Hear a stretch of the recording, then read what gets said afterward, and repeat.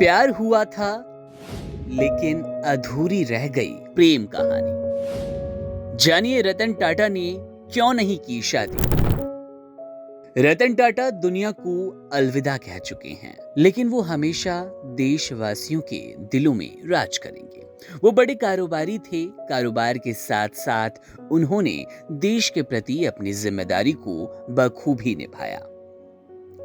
हर कोई आज उनकी निजी जिंदगी के बारे में जानना चाहता है। उनके परिवार में कौन कौन है। दरअसल रतन टाटा ने कभी शादी ही नहीं की। जीवन भर वे देश की तरक्की और दूसरों के बारे में सोचते रहे।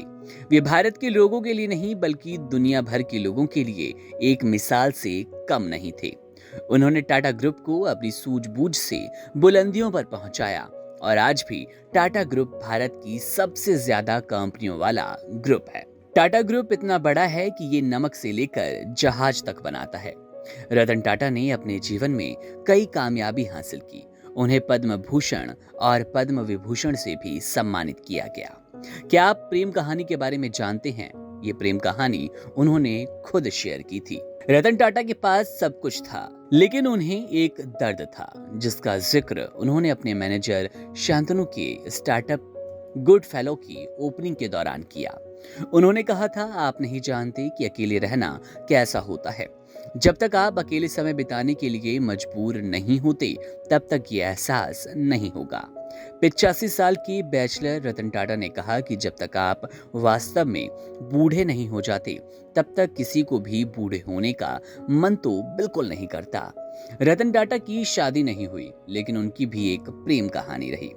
लेकिन ये प्यार अधूरा रह गया। रतन टाटा को एक कंपनी में काम करने के दौरान लॉस एंजलिस में प्यार हुआ, लेकिन वो उस लड़की से शादी करने ही वाले थे।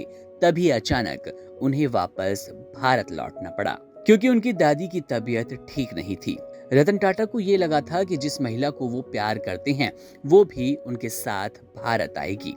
रतन टाटा के मुताबिक 1962 की भारत चीन लड़ाई के चलते उनके माता पिता उस लड़की के भारत आने के पक्ष में नहीं थे और इस तरह उनका रिश्ता टूट गया। रतन टाटा की शख्सियत के बारे में बात करें तो वो सिर्फ एक बिजनेसमैन नहीं थे, बल्कि एक सादगी से भरे नेक और दरियादिल इंसान भी थे। लोगों के लिए आदर्श और प्रेरणा स्रोत थे। वे अपने समूह से जुड़े छोटे से छोटे कर्मचारी को अपना परिवार मानते थे और उनका ख्याल रखने में कोई कोर कसर नहीं छोड़ते थे। इसके कई उदाहरण हैं। इसके अलावा उन्हें जानवरों से, खास तौर पर स्ट्रे डॉग से खासा लगाव था। वे कई गैर सरकारी संगठनों और एनिमल शेल्टर्स को दान करते थे। इसके अलावा वे किसी भी विपदा की स्थिति में हमेशा मदद के लिए तैयार रहते थे, चाहे वो मुंबई का 26/11 हो या फिर कोरोना महामारी।